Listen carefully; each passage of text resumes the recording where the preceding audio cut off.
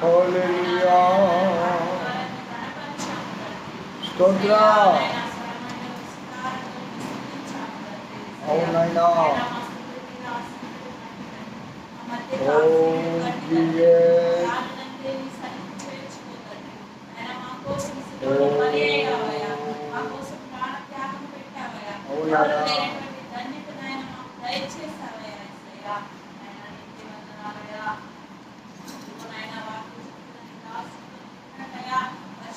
యేసయ్యా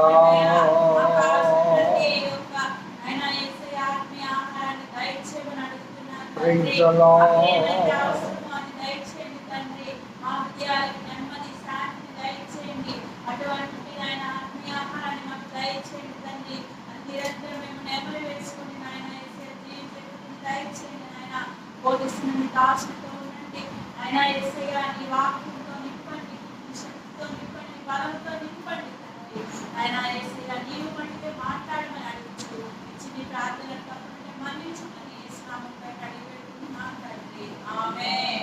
హల్లెలూయా అందరూ ఒకసారి పెద్దగా స్వరం ఎత్తి దేవునికి హల్లెలూయా చెబుదామా?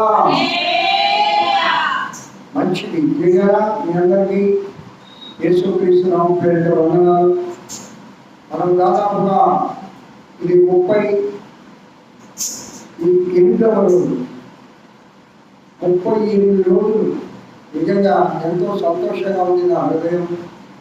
దేవుడి సన్నిధిలో ఈ 40 దినాల ఉపవాసం కూడికి వెళ్ళాం.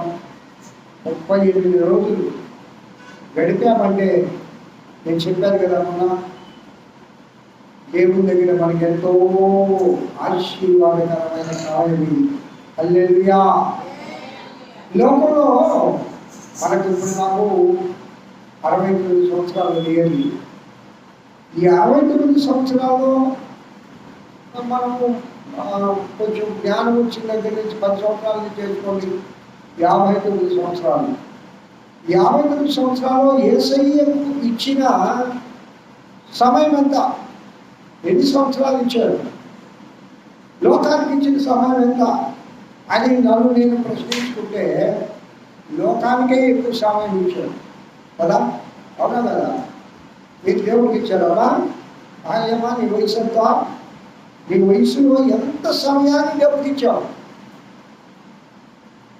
నేనంటాను, నాకు ఉపదేశించిన 10 years నుండి ఇప్పటి వరకు ఈ 59 సంవత్సరాల్లో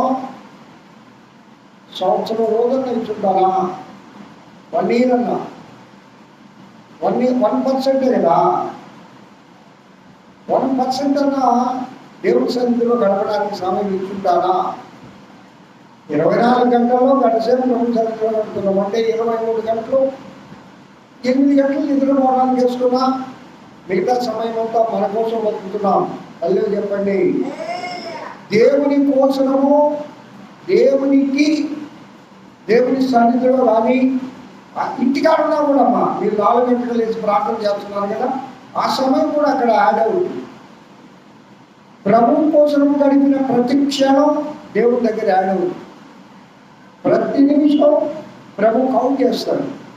ఇప్పుడు మన అకౌంట్లో డబ్బులు యాడ్ అవుతుంటే ఎంత సంతోషం వస్తుంది. ఆలయమా అకౌంట్లో పైసా డబ్బులు లేవు, 100 రూపాయలు యాడ్ అయింది, ఇంకో గంటదాలు ఇంకో 100, ఇంకో గంటదాలు ఇంకో, ఇదేంటి భాష అకౌంట్ ఇంకొక డబ్బులు యాడ్ అవుతున్నాయా?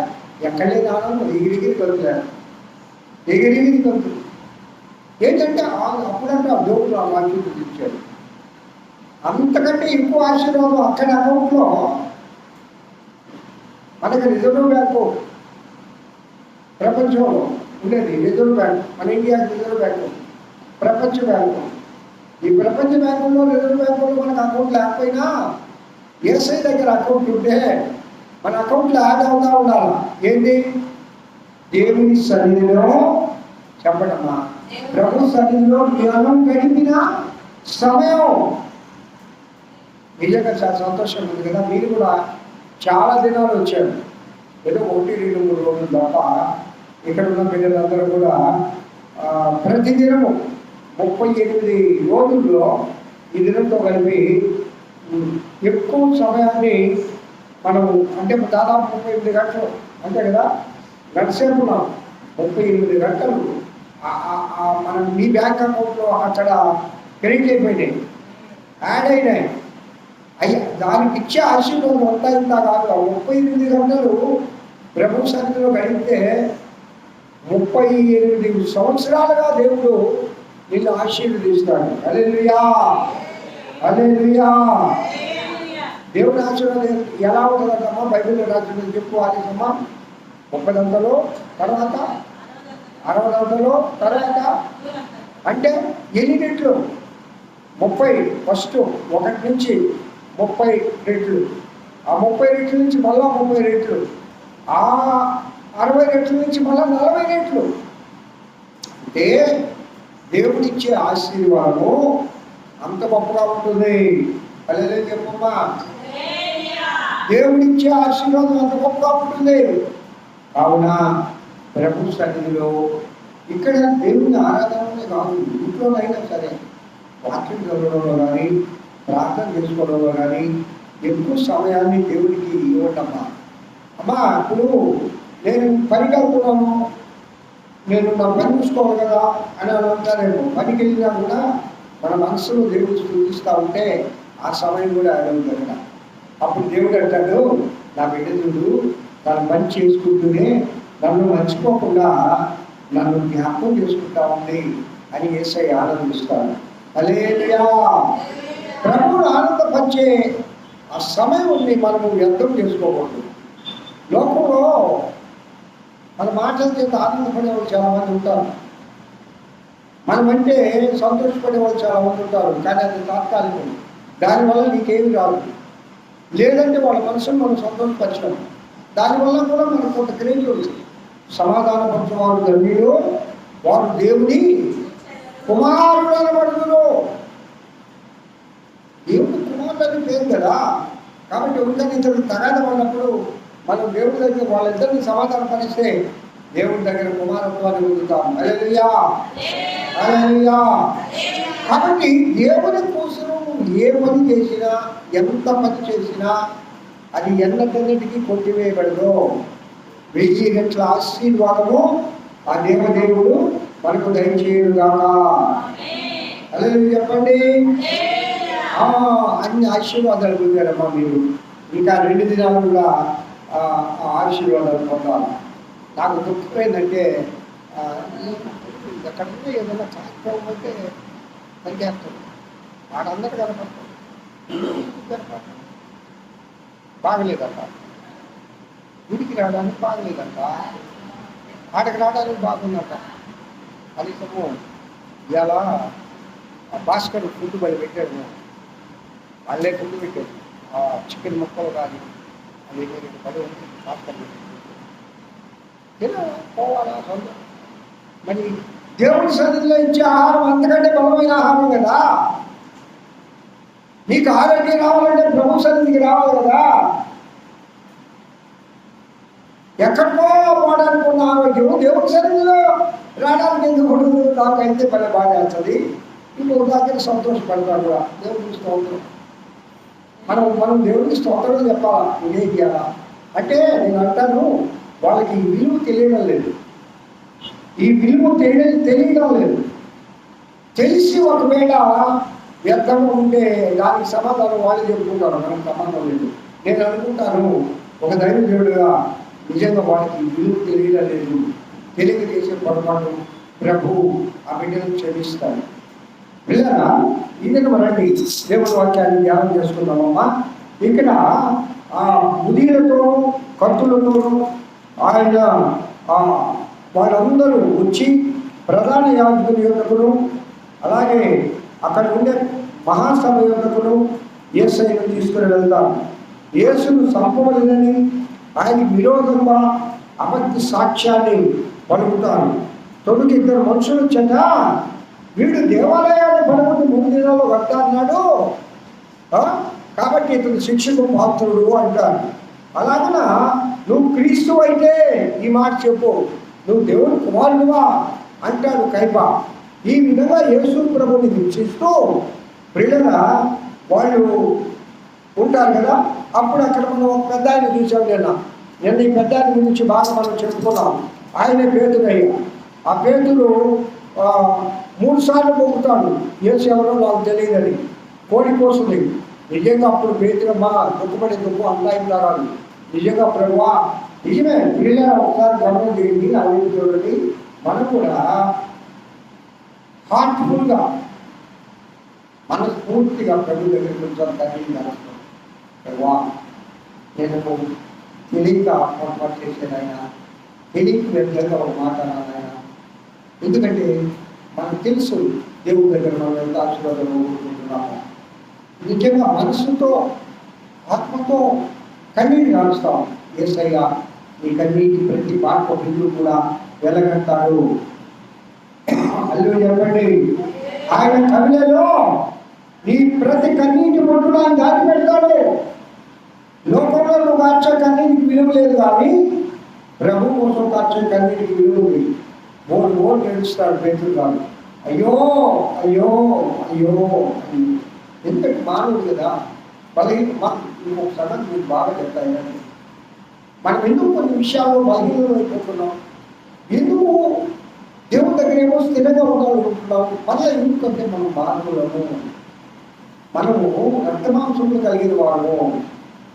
మనలో ఈ లోక సంబంధమైన రక్తము మాంసం ఉంది. మనం ఏం మహిమ శరీరం కలిగి లేము. అయితే పేతురు గారు అంత బొంకినా, చిన్న బిడ్డగాడు అబద్ధమైనా, మా సిలువేయాలు మా పేతురు ఏంటంటే ఎవరైనా తెలుసారా? నాయనా నాయనా నన్ను సిలువేయొద్దు అని వెళ్ళా, పారిపోవాలా ఏమన్నాడా? సరేనో అయ్యా, ఆ పరిశుద్ధుడైన యేసయ్యను సిలువేసినట్లు వేయడానికి నేను అర్హుడు కాదు. నన్ను సిలువేయండి, నా చేతుల్లో నా కాళ్ళలో చీలలు పట్టండి. ఇదిగో నా తలపైన యేసయ్య ఓడ కిరీటం పెట్టారు కదా, ఇంకా పెద్ద పెద్ద ముందు కూర్చోండి. ఇదిగో యేసయ్య ప్రక్కలో బలంతో పొడిచారు కదా, ఇంకా పొడవండి. అయితే యేసయ్యలాగా సిలువేయబడ్డానికి కూడా నేను అర్హుడు కాదు, నన్ను తలకిందులుగా సిలువేయమన్నాడు. ఎక్కడిది ఆ ధైర్యం? అది మన నిజంగా ఆలోచిస్తే పరిశుద్ధాత్మ దేవుడు పేతురు గారికి ఇచ్చిన ధైర్యం. హల్లెలూయా హల్లెలూయా. కొన్నిసార్లు ఆత్మదేవుడు కూడా మనకు ధైర్యం ఇస్తాడు. కొన్ని విషయాల్లో మనం దేవుడి విషయాల్లో రాజీపడం, దేనికైతే సిద్ధపడతాం. మీరు చక్రవర్తి కాలంలో ప్రాణములను ఇవ్వడానికి ఎందుకు సిద్ధపడ్డారు? వాళ్ళు అప్పుడు మానవ ఆత్మతో లేరు, వాళ్ళు పరిశుద్ధాత్మతో నిండుకునే వారై తన కళ్ళ ముందే తన కన్న బిడ్డను చంపుతామంటే చంపారు. ప్రాణం పోతుంది, విలువలాడుతున్నారు. అయినా కూడా నాకు యేసయ్య కావాలా. ఎవరిదా మనసు? ఎవరున్నారు వాళ్ళ లోపల? పరిశుద్ధాత్మ దేవుడు ఉన్నాడు. తప్పదు దేవుడు. కావున మీరు బలహీనులైనప్పుడు సాతాను ఏం చేయాలంటే, నువ్వు మాట్లాడుకోలే, నువ్వు ప్రమాణాలు చేస్తావులే, నువ్వు ప్రార్థన చేస్తావులే, కానీ నువ్వు ఉండలేవుగా అని ఎక్కడ చేసుకుంటే మాకు చెప్పండి. నా ప్రభువు నన్ను ఎన్నుకున్నాడు, నేను నా ప్రభు బిడ్డను, నా యేసయ్య నా తండ్రి, ప్రేమ కలిగిన దేవుడు నా కోసం ప్రాణం ఇచ్చాడు. సాతానా నువ్వు కాదు, ఆయన నేను క్షమిస్తాడు, నేను ఆయన కోసం జీవిస్తా. హల్లెలూయా. ఆయన నన్ను క్షమిస్తాడు, నేను ఎవరి కోసం జీవిస్తా? నా యేసయ్య కోసం జీవిస్తా. పౌలు గారు నిజంగా పేతురు గారు ఎంత వ్యధ చెందాడో తెలుసా, ఎంత బాధపడ్డాడో తెలుసా తప్పు జీవితాన్ని. అందుకే ఎంత గౌరవం పొందాడమ్మా. పేతురు వ్యవహారాలు పోతా ఉంటే అనారోగ్యవంతులను తీసుకొచ్చి వాళ్ళని ఏడబడితే చాలు అని తెచ్చి పడబెట్టారు. ఏది చిన్న బిడ్డ దగ్గర ఉంచిన పేతురును దేవుడు ఎందుకు ఆ విధంగా ఆశీర్వదించాడు? పేతురులో ఉన్న గొప్పతనం కాదని, పేతురులో ఉన్న దేవుని ఆత్మ గొప్పతనం అని. హల్లెలూయా హల్లెలూయా. ధైర్యంగా ఉండండి, యేసయ్య మనం క్షమిస్తాడు. అయితే మన మనసు నిజంగా ప్రభువును ఆరాధించాలనే ఆశ ఉండాలి, కాంక్ష ఉండాలి. నీ హృదయాన్ని చూస్తాడు ఆయన. ఇందాక మనం మాట్లాడుతున్నారు, ఆయన హృదయం చూసే దేవుడు. నాలో నీవు ఉండాలా, నీలో నేను ఉండాలా. నా మనసులో ఒక కోరిక పుట్టడం మునిపే అది ముందే ఏమంటాడు? దేవుడికి తెలుసు. ఇప్పుడు నీ మనసులో ఏమో నాకు తెలియదు, నా మనసులో ఏమో నీకు తెలియదు. ఏమో తెలుసా అమ్మా, తెలుసా? ఇప్పుడు నువ్వేమో ఆలోచించున్నావు, నేను చెప్పగలనా? చెప్పలేదు. నేను పైకి మాట్లాడుతున్నా, లోపల ఏమనుకుంటున్నావు నువ్వు చెప్పలేదు. కానీ ఒక ఆయన తెలుసు, ఒక ఆయన తెలుసు. అరేమ్మా, ఎవరికి తెలుసు? మనం ఆరాధించే యేసయ్యకి తెలుసు. తప్పట్లు దేవుడు పడతాను. కాబట్టి దేవుడు నీ మనసు చూస్తాడు. నిజంగా నా బిడ్డ నా ఎందుకు భయభక్తులు కలిగి ఉండాలని ఇంత నిష్టగా నన్ను ప్రార్థిస్తున్నాడు, ఇంత నిష్టగా ఉపవాసం పాపం 30 రోజులు పెట్టున్నాడు. నిజంగా ఆ బిడ్డకి ఆశ ఉంది. నేనంటే చిన్న చిన్న పొరపట్ల నా బిడ్డే కదా, నేను ఆయన తండ్రిదే కదా, నేను క్షమిస్తాను, నా బిడ్డని నేను ఆశీర్వదిస్తాను అంటాడు. అదే చెప్పండి, హల్లెలూయా. అమ్మా, ఆయన మానవుడు కదమ్మా, మళ్ళాంటి మనసు కాదు. ఏసైకి గొప్ప మనసు. ఎంత గొప్ప మనసు అమ్మా, ఎంత గొప్ప మనసు! నీకై ప్రాణం ఇచ్చిన మనసు. నీకు ఈ లోకంలో ఎవరైనా ప్రాణం ఇస్తారా? నీకోసం ఎవరెవరు? నీకై ప్రాణం ఇచ్చిన మనసు వేసే మనసు. కాబట్టి దేవుడు ఏం చూస్తాడంటే నరుని హృదయాంతరంగం చూస్తాడు. నరుని పై వేషమో చెప్పమా కాదు. యేసులా చూసే దేవుడు హృదయంలో నువ్వు నిజంగా దేవుడు అంటే ఆశ కలిగి ఉన్నావా? నిజంగా భయభక్తులు కలిగి ఉండాలని ఆశ నీలో ఉందా? నిజంగా ప్రార్థన చేయాలని ఆశ ఉందా? నిజంగా దేవుడి సన్నిధికి ఎప్పుడెప్పుడు వెళ్దామా అనే ఆశ ఉందా, కోరిక ఉందా? అది దేవుడు చూసేది. ఆ ఆశ, ఆ కోరిక కలిగితే ప్రభు మనలను నూరంతులుగా ఆశీర్వదిస్తాడు. హల్లెలూయా. మనం చేసే చిన్న చిన్న పొరపాట్లను దేవుడు లెక్క చేయడు. అవన్నీ తుడిచేస్తాడు. ఆయన పరిశుద్ధ రక్తం ద్వారా, ఆయన పరిశుద్ధ రక్తం ద్వారా అవన్నీ తుడిచి ఆయన నీకు ఏ వస్త్రం ఇస్తాడంట? ఎలాంటి వస్త్రం ఇస్తాడంట? తెల్లని వస్త్రం ఇస్తాడు. దాంట్లో మరకలను, దాంట్లో డాగులను, దాంట్లో ముడతలను. అది పరిశుద్ధ వస్త్రము, అది మహిమ వస్త్రము, అది తెల్లని వస్త్రము, అది దేవుడిచ్చే వస్త్రం. అలా ఉంటుంది. దేవుడిచ్చే ఆశీర్వాదాలు అలా ఉంటాయి. ఎప్పుడు ఇస్తాడు? ఆశ కలుగుతాడు. యేసయ్యా నీవంటే నాకు ఆశగా దేవుడు హృదయాన్ని ఇస్తాడు. నా బిడ్డ ఎంతో ఆశ కలిగింది నా బిడ్డ, కాబట్టి నా బిడ్డ నేను ఆశీర్వదించాలా అని దేవుడు నేను. అందుకే పేతురు గారు ఆ తప్పు చేశాడు, నాకు తెలియదు కానీ దేవుడు ఎప్పుడు కోప్పడ్డా. ఒక్క చూపు చూస్తాడు ఇట్లా, పేతురు నువ్వు నా బిడ్డకు నాయనా, నేను క్షమిస్తాను, నిన్ను వాడుకుంటాను, నీ మీదే నా సంఘాన్ని కడతాను అన్న మాట నేను వెనక్కి తీసుకొని పేతురు. హల్లెలూయా చెప్పండి. నీ మీదే నా సంఘాన్ని కదండి మాట. నువ్వు ఈ 3 మార్లు ఇది ఎవరో నాకు తెలియనంత మాత్రం తీసుకున్నాడు. దేవుడు ఆ మాట వెనక తీసుకున్నాడమ్మా? తీసుకోవాలా. ఎందుకంటే పేతురుని దేవుడు ఎక్కువగా ప్రేమించాడు. ఆ పేతురునే కాదు, ఈ పేతురుని, మిమ్మల్ని దేవుడు ఎక్కువగా ప్రేమిస్తూ ఉన్నాడు. మనం చిన్న పొరపాటు చేయగల వాతావరణ సాధారణాడు మనల్ని పొంగదీస్తాడు, మన మనసును పొంగదీస్తాడు. మనం అప్పుడు ధైర్యంగా నా ప్రభు దగ్గర ఒప్పుకోగల ఆ పొరపాటు, నా యేసయ్య, నా తండ్రి, నాకు ప్రాణం ఇచ్చిన దేవుడు నన్ను ఆదుకుంటాడు. హల్లెలూయా, హల్లెలూయా. మహిమ వస్త్రంతో నా ప్రభువులను నింపుతాడు, కాబట్టి నేను భయపడను అన్నాడు. ఇక్కడ ప్రియులారా 27వ అధ్యాయం గురించి చేద్దామమ్మా. 27వ అధ్యాయంలో ఉదయం అయినప్పుడు ప్రధాన యాజకులను, ప్రజల పెద్దలందరూ యేసును చంపవద్దని ఆయనకు విరోధంగా ఆలోచన చేసి ఆయన బంధించి తీసుకొని పోయి ఇప్పుడు పొంటి పిలాతు దగ్గరికి తీసుకెళ్లారమ్మా. పొంటి పిలాతు అక్కడైతే ఇక్కడ ఒక సన్నివేశం మనం చూడాలి. ఇక్కడ ఒక సన్నివేశం, ఇప్పుడు మనం చెప్పిన దానికి వ్యతిరేకంగా ఉంటుంది. ఇక్కడ ఒక సన్నివేశం ఏంటంటే ఆయన అప్పగించిన యోగా ఆయన శిక్ష విధింపబడగా చూచి పశ్చాత్తాపడి ఆ 30 వెండి నాణ్యములు ప్రధాన యాజకుల ఎదుగును, పెద్దల ఎదుగును మరలా తెచ్చి, నేను నిరపరాధ రక్తమును అప్పగించి పాపం చేసిందని చెప్పాను. వారు అది మాకేమి, నీవే చూసుకోమని చెప్పరా? అతడు ఆ వెండి నాణ్యములు దేవాలయంలో పారవేసి పోయి ఉరిపెట్టుకునేను.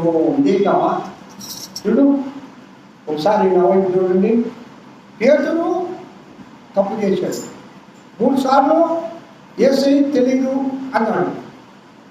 పేతురును దేవుడు క్షమించాడు. మరి ఇక్కడ యూదా కూడా పశ్చాత్తాపడ్డాడు. రాయబడిందా లేదా చదివిన భాగంలో? పశ్చాత్తాపడ్డాడు. తను చేసుకున్న తప్పును, తను చేసిన తప్పును తెలుసుకున్నాడు. అయ్యో నిరపరాధి రక్తాన్ని నేను, అయ్యో నిరపరాధి, అయ్యో 3.5 సంవత్సరం ఆయనతో తిరిగాడు. ఆయన నన్ను ఎంత ప్రేమగా పిలిచేవాడు యూదా. చివరికి లాస్ట్లో అప్పగించేటప్పుడు కూడా ఎవరు పిలిచాడు?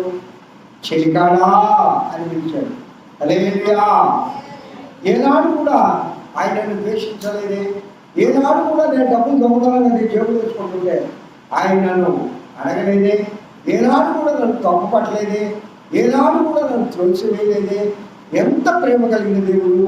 అలాంటి ప్రేమమయుడు నాకు ఆహారం పెట్టినాడు. నన్ను 3.5 సంవత్సరం సాగిన ప్రభు నన్ను గొప్పగా చేసినాడు. నాకు మళ్ళా పదవులు ఇచ్చాడు. ఏం పదవి? ప్రెసిడెంట్ పదవి ఇచ్చాడే. ఇంత గొప్పగా నన్ను చేస్తే ఆ దేవదేవుడు నేను ఆ నిరపరాధిని, ఆ అపరాధం లేని వాడిని, ఆ పాపము లేని వాడిని, ఆ పరిశుద్ధుడిని, ఆ నిష్కామసుడిని, ఆ నిత్య రాజ్యం ఇచ్చే ఆ దేవదేవుడిని, ఎంతో మందికి ప్రాణం ఇచ్చిన దేవుడిని, ఎంతో మంది గుడ్డి వాళ్ళకు కళ్ళించిన దేవుడిని, ఎంతో మంది గుడ్డి వాళ్ళకు కాళ్ళించిన ఆ దేవదేవుడిని 5,000 మందిగా 5 రొట్టెలు 3 చేపలకు ఆహారం పెట్టిన ఆ మహానుభావుడిని నేను అప్పగించానని కూర్చొని చాలా ఏడ్చాడమ్మా. చాలా పశ్చాత్తాపడ్డాడు. చివరికి ఏం చేశాడంటే ఆ ప్రధాన యాజకుల దగ్గరికి పోయి, అయ్యా ఇదిగో ఆ 30 వెండి రాబోతు, ఆ నిరపరాధి రక్తాన్ని రాబోతు, ఇదిగో మీరు తీసుకోండి అన్నారు. వాళ్ళు ఎవరు? నీవరే పోరావరే, అయిపోయింది నీతో లోకం అట్లా ఉంటుంది. మనల్ని బాగా వాడుకుంటాడు అవసరం వచ్చినప్పుడు. అవసరం తీరాక ఒక 3 సంవత్సరాల అవసరం తీరాక మనం ఓడిపోతాడు. వాళ్ళు ఉంటాడు ప్రధాని పోరా, నీ సంగతులు చూసుకోరా, నీ పని అయిపోయిందిరా, నేను వాడుకున్నావు, మాకు కావాల్సింది ఏది? యేసు కావాలా, పట్టించావు. ఆ ప్రాంతం నువ్వేవాడు, ఆ భారం నువ్వేవాడు. మేమేమన్నా నీ దగ్గరికి వచ్చావా? నువ్వే వచ్చావు మా దగ్గరికి. ఏమని? నేను యేసయ్య అప్పిస్తాను, నాకు ఎంత డబ్బులు ఇస్తామని బేరవాడాను. మరి నీ బేరాన్ని మేము ఒప్పుకున్నావు, నీ డబ్బులు నీకు ఇచ్చావు, నువ్వు ఆయన అప్పించావు, నీ పని అయిపోయింది మాతో, ఎక్కడ నీకు క్షమించేది లేదు, నువ్వు నీ సాగు ఉద్యోగం చెప్పాను. దానికి అక్కడ ముందు పశ్చాత్తాపడ్డాడు. కానీ ఆ పశ్చాత్తాపం ఎలాంటిదంటే దైవికమైన పశ్చాత్తాపం కాదు అనేది చెప్పండి. పేతురు గారిది దైవికమైన పశ్చాత్తాపం. పశ్చాత్తాపం పడ్డాడు, పశ్చాత్తాపంలో నిలబడ్డాడు. వెంటనే ఆ ప్రధాన యాజకులు అన్నమాట కోపం వచ్చి ఏం చేశాడమ్మా? ఆ డబ్బులు తీసి దేవాలయంలో 30 వెండి నాణ్యాలు విసిరేసి కోపడిపోయి ఊరేసుకొని తెలిసిపోయాడమ్మా. అమ్మా యేసయ్య ఇతరులు కూడా క్షమించదా? క్షమిస్తాడా లేదా? క్షమించిందే కూడా కాదా? తప్పనిసరిగా క్షమిస్తాడు. చేతులాగా చేసుకున్నాడు. చాలామంది ఈ లోకంలో ప్రభు దగ్గరకు కూడా ఏ విధంగా పోగొట్టుకుంటారంటే చేతులాగా చేసుకుంటాడు. మనం చూస్తాం గొప్ప శాంతి పోతాయి కదా. అమ్మా అది వస్తుందంటే మీకు తెలుసు తెలియదు, పాల్గొనకు ఏసీ స్టేడియంలో మీటింగ్ పెట్టారు. ప్రతి ఊరికి బస్సులే, ప్రతి ఊరికి కార్లే. అబ్బా అసలు నేను వెళ్తే అమ్మా ఆ ఏసీ స్టేడియంకి దాదాపు ఒక 5 కిలోమీటర్ల దూరంలో జనాలు ఏంటి ఆయన చూస్తే చాలు, పాలయ్య గారిని చూస్తే చాలు. పాలయ్య గారు అంత గొప్ప స్థానాన్ని ఈరోజు పోగొట్టుకున్నాడు. కానీ మళ్ళా దేవుడు ఆ బిడ్డను లేపుడుగాక. నేను చెప్పానుగా, ఆయన విడువుడు ఆయన ఎడవాడు, ఆయన విడువుడు ఆయన ఎడవాడు. తన సేవకుడు దేవుడు మళ్ళా నిలబెట్టుడుగాక. మనందరం ప్రార్థన చేద్దాం. ఇక్కడ యూదా చేసిన పని ఏంటంటే పశ్చాత్తాపడ్డాడు. కానీ కాసేపు దైవికమైన పశ్చాత్తాపం లేదన్నాడు. ఎందుకు పశ్చాత్తాపడ్డాడంటే లోక సంబంధంగా ఆలోచించాడు. ఆయన వెళ్ళి చేశాడు కదా, ఆయన నిరపరాధి కదా, ఆయన ప్రభువు అనుకోలా. ఆయన మామూలుగా ఒక బోధకుడుగానే చూశాడు. ఆయన రక్షకుడుగా అనుకోనుంటే యూదా రక్షించబడేవాడు. హల్లెలూయా, హల్లెలూయా. ఆయన రక్షకుడుగా అనుకోలేదు. రక్షకుడుగా అనుకుంటే అసలు ఆయన అప్పగించడు కదా. ఆయన ఏదో మామూలు బోధకుడు అనుకున్నాడు. ఎన్ని రోజులు ఆయనతో తిరిగాను అనుకున్నాడు. ధనాశ కళ్ళ కమ్మేసింది, కళ్ళు మూసుకొని పోయింది. ఆలోచన మానేసే ఆలోచన రావలేదు. ముదుబారమైన కూడా చివరకు ఏం చేశాడంటే దైవికమైన పశ్చాత్తాపం లేకుండా మానవీయంగా ఆలోచించాడు. మనం కూడా మనమే కాదు, యేసై నమ్మడం కూడా ఏదైనా తప్పు చేస్తే వాళ్ళు పశ్చాత్తాపడతారు. అంత మాత్రం చేత అది దైవికమైన పశ్చాత్తాపం కాదు. దైవికమైన పశ్చాత్తాపం అంటే ఏదమ్మా అర్థం చెప్పు. అయ్యా యేసయ్యా రక్షకుడని తెలియాలా, యేసయ్యా పరలోక రాజ్యం ఇస్తాడని తెలియాలా, యేసయ్యతో ఉంటే నిత్య రాజ్యంలో పాలు పొంగులు వస్తాయని తెలియాలా. అందుకు పశ్చాత్తాపడాలే కానీ లోక సంబంధంగా ఏదో మనకు శారీరక సంబంధంగా ఏదో ఏదో ఏదో ఆశీర్వాదాలు ఉంటాయని కాదు పశ్చాత్తాపడాలి. పరలోక ఆశీర్వాదాలు, పరలోక దీవెనలు వస్తాయని పశ్చాత్తాపడాలా. యూదా ఇక్కడ లోక సంబంధంగా పశ్చాత్తాపడ్డాడు. ఆయన బోధకుడుగా మాత్రమే ఎదిగాడు. ఆయన రక్షకుడుగా ఎదగలేదు. ఆయన నిత్య రాజ్యం ఇస్తాడు అనుకోలేదు. ఆయన దేవుడి కుమారుడు నమ్మలేదు. యూదా నమ్ముడు ఎందుకు అప్పిస్తాడు? పశ్చాత్తాపడడం మంచిదే, డబ్బులు ఇస్తే మంచిదే. చివరికి ఏం జరిగింది? ఆ పశ్చాత్తాపము తన ప్రాణాన్నే బలిగొనండి. హల్లెలూయా, హల్లెలూయా. కావున ప్రియులారా, మనం చాలా జాగ్రత్తగా ఉండాలి మన భక్తిలో. చాలా. అందుకే దేవుడి గ్రంథంలో రాసిన మాట ఏం రాశాడు? మీకు కలిగిన రక్షణను ఎట్లా కాపాడుకోవాలంట? భయంతో, వణుకుతో, ఎప్పుడో ఏ ప్రతిక్షణం. అంటే మన రక్షణ దోచుకొని వెళ్తాడు సాతాను వాడు. అంటే దేవుని యొక్క భక్తి ఎప్పుడు భయంతో ఉండాలి. చాలా మంది భక్తి పనులు ఉన్నారు లోకంలో, చాలా మంది భక్తి పనులు ఉన్నారు. కానీ భయం దానికి కలవకపోతే అది నిజమైన భక్తి కానే కాదు. ఆ భక్తిని దేవుడు అంగీకరించాడు. భయము భక్తి రెండు ఉంటే అది నిజమైన భక్తి అవుతుంది. భయంతో కూడిన భక్తి ఉంటే మనం ఏ తప్పు చేయము. భయం లేకుండా భక్తి అంటే అర్థం ఏంటి? అసలు భక్తి అంటే అర్థం ఏంటి? మాత్రం గుడికి రావడం, ప్రార్థన చేసుకోవడం, బైబిల్ చదువుకోవడం, దైవుడిని గౌరవించడం, చందాలు ఏమైనా చేయడం, చర్చి పనులు చేయడం, దేవుని ప్రజలతో నడిపించుకోవడం, పండుగలు చేయడం, పప్పాలు చేయడం, ఎంత భక్తి! ఇదంతా భక్తే. భయంతో ఉన్న భక్తి అంటే ఎప్పుడు దేవుని నిత్య రాజ్యాన్ని జ్ఞాపకం చేసుకోవడం. ఇప్పుడు శారీరక సంబంధం కంటే ఆత్మ సంబంధమైన వాటికి మన మనసులో, మన జీవితంలో, మన మనుగడలో, మన ప్రతి అడుగులో ప్రాధాన్యం ఇవ్వడం. మొదటి ప్రాధాన్యం ఎవరికి ఇవ్వాలా? యేసయ్యకి ఇవ్వాలి. చెప్పండి, మొదటి ప్రాధాన్యం మన జీవితంలో ఎవరికి ఇవ్వాలా? యేసయ్యకి ఇవ్వాలి. ఎందుకో ఈ లోకంలో దేనికి ప్రాధాన్యం ఇచ్చినా అది చివరికి మట్టిలో కలిసిపోయేది, నీతో వచ్చేది ఏం లేదు. కానీ యేసయ్యకి ఇచ్చిన ప్రాధాన్యమో నిన్ను నిత్య జీవానికి తీసుకెళ్ళి. హల్లెలూయా, హల్లెలూయా. అదే భయంతో కూడిన భక్తే. ఇక్కడ ఈ దైవికమైన పశ్చాత్తాపం లేదా యూదా తన ప్రాణాన్ని పోగొట్టుకున్నాడు, గురేసుకొని చచ్చిపోయాడు. చివరికి అది నిరపరాధ రక్తం అని, అది నిరపరాధ రక్తం కాదు, అది రక్తం కూడని అది రక్తం కూడని ఏదే ఊరోళ్ళు ఈ ఊరుకు చచ్చిపోతే ఒక శ్మశానం కావాలి కదా, కుమ్మరి వారి పొలాన్ని కొన్నారు.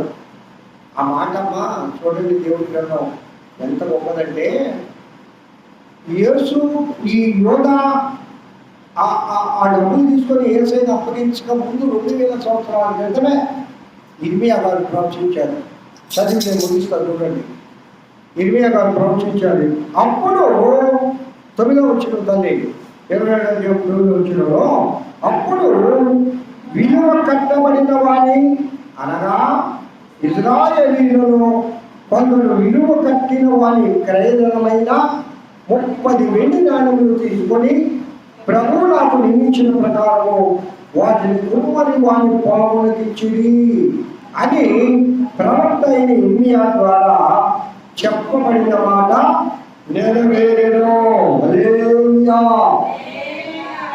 ఇక్కడ ఒక మాట, యేసుక్రీస్తు ప్రభు ఎందుకు వచ్చాడు లోకానికి? యేసయ్య ఎందుకు వచ్చాడు? యేసయ్య ప్రవచనాలను నెరవేర్చడానికి. ఈ గ్రంథం నెరవేర్పు గ్రంథం అంటారు. ఇంకో మాట, అమ్మా ఈ పరిశుద్ధ గ్రంథాన్ని ప్రవచన నెరవేర్పు గ్రంథము అని అంటారు.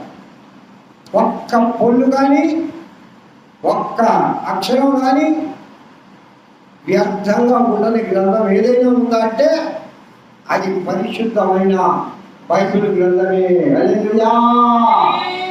లోకంలో ఎంతో మంది ఈ గ్రంథాన్ని మూసివేయాలని, ఈ గ్రంథం కనుగొన చేయాలని, ఈ గ్రంథం ప్రజలు చదవకూడదు అనుకున్నారు. ఈరోజు ప్రపంచంలో ఎక్కువ మంది చదివే గ్రంథము బైబిల్, దేవుని పరిశుద్ధ గ్రంథం.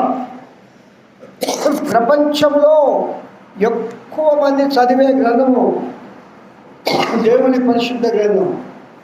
ఎందుకు చెప్తున్నానంటే యూదా ఇస్కారియోతు ఆ 30 వెండి నాణాలకు అమ్ముతాడు, వాళ్ళని ఇసిరేస్తాడు. ఆ డబ్బుతో కుమ్మరి వాళ్ళ పొలం కొంటానని 2000 సంవత్సరాల క్రితమే ఇర్మియా గారు ప్రవచించాడు. అది నెరవేరిందా లేదా?